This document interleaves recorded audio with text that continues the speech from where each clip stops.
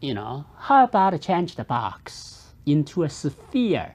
Maybe the next easiest object is just a sphere, unless you want to be another box.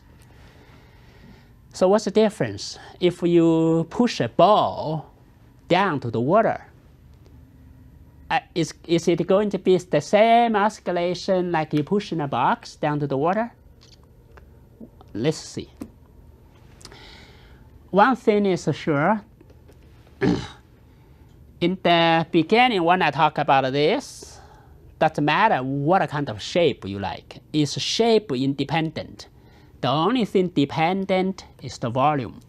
All you need is to figure out the volume submerged. And then this volume will be proportional to the buoyancy by multiplying the water density. Okay, I understand that. Now, once I push the ball down, it's here. What I get is the same equation, but divided by m. This is the double derivative. You can write it this way. The second one is the resistance, and divided by the, you can write it on this way. And the third one is the important part, the buoyancy. And divided by m, that's the density of water. The real matter is Vz. Maybe you still need to look at the weight. But by choosing the right equilibrium point, probably you can get rid of that. No, not this one, because this is a ball. Okay. So we have another term, the weight. So what's the new thing? That's how you do, when you do mathematics modeling, you always ask the question, what's new? Well, nothing new, but you got to figure out this. You got to figure out that, what's the difference? That's the next question. The difference, if you push the box down, is proportional to the depth. But if you push the ball down, it's not going to be proportional. In the beginning, it have a small surface area. In the middle, it got the biggest surface area. That's what's different. So ask these two questions. You never do things from scratch. You never recreate a wheel. You ask a question, what's new, and then what's the difference? The difference, you need to figure out the volume by integration. You learned that in Cal 3. And the volume submerged here is a cap instead of not a box. So water submerged down below this blue plane is a cap. You need to figure out the spherical cap volume. And then because the symmetry, you can only think about it in the 2D. And then you say, okay, that h is how much you sink it down, or then can you get this volume by the x is the distance to the center. You're not talking about the center to here. You sink it to this h. I'll let you do this Cal 2. That's really Cal 1 problem. And because a sphere is a rotated object, right? You can do it in the Cal 1. In the end result is the Vz equals pi over 3 z squared. Z is the sinked down depth, and the 3r minus z. And that's not bad. That's not bad. But again, now you figured out the volume, and let me plug it in back into the equation. And these two terms have no difference. This is a constant, no difference. And again, you ask yourself, hey, what's the difference here? What's the difference here? Well, I ask you, you need to recall, how do we classify differential equation in the first lesson? we classify by the 4 keywords order. We see order is no big deal. I can always change into first order, and homogeneous and not inhomogeneous. That's no big deal. We use the superposition principle. And what is a big deal is that word degree. That's a big deal. In all previous example, because it's the first degree, we call it linear. Any linear system is pretty promising. You always have a unique solution for all initial value problem.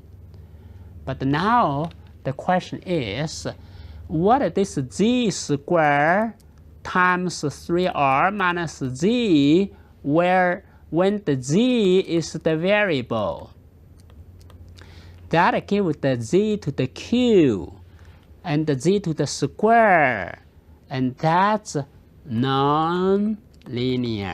Non-linear problems are always notoriously hard, and these days still very active research. But this case, we do numerical solution. So all you need to remind yourself is that's a non-linear system. I plug in the numbers here just to make it for the simulation. And then these two terms have no difference. And you add this square and the cube of the function and add this constant. And we can solve it numerically, but not analytically. So if I choose a little bit slightly different equilibrium point, I can change this into, oh, that's how I try to find the equilibrium point. And here, you solve this equation, you can find where you can balance the weight with the float.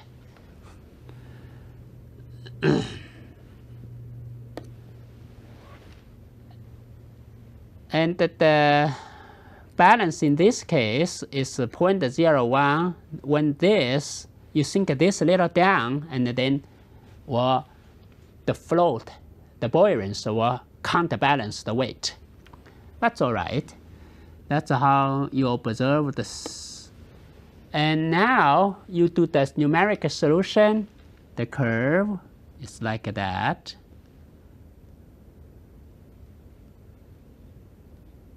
And actually, I have the stellar model. You can do the simulation.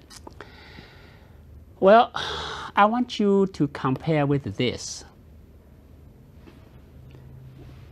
In here, even though you have the dissipating energy and the attenuating amplitude, you have the same frequency.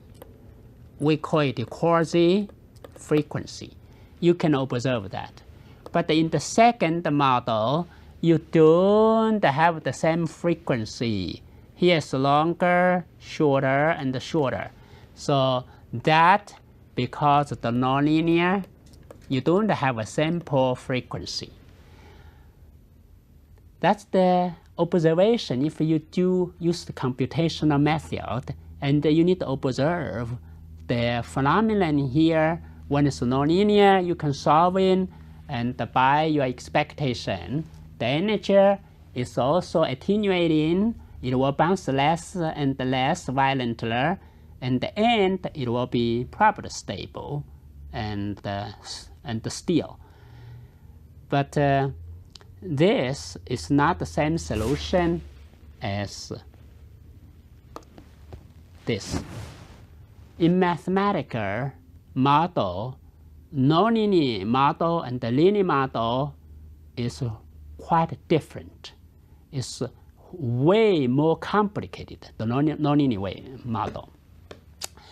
So what is the focus of today?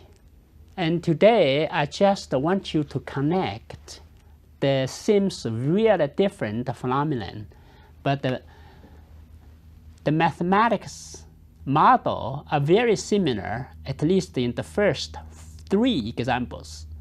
The only different in the last example, we got the nonlinear model. And we all solved by Stellar, and you can solve by Maple. And the first 3 examples you can solve by hand because there's an eigenvalue there. The last example you can't solve by hand. So I leave you a few questions. Depends if you have learned the differential equation. The last one, I will let you to run the Stellar model. I posted on the homework section, and then you can see the difference. What it means you have a quasi-frequency when you don't have a quasi-frequency. So we finished this unit, and this previous 4 hours, we looked at the modular system differential equations, and we used Stellar or eigenvalue eigenvector to solve it analytically, Stellar solve it numerically, except the last example we had a moment ago. Everything we did so far is linear. So for the next 4 hours, the last 4 hours of this lesson and this class, we're going to go to the nonlinear system equations, the famous pre- and predict models, population model, disease spreading model, and we're going to talk in the end, navigation model. Thank you for your participation. Hope to see you next time. Bye.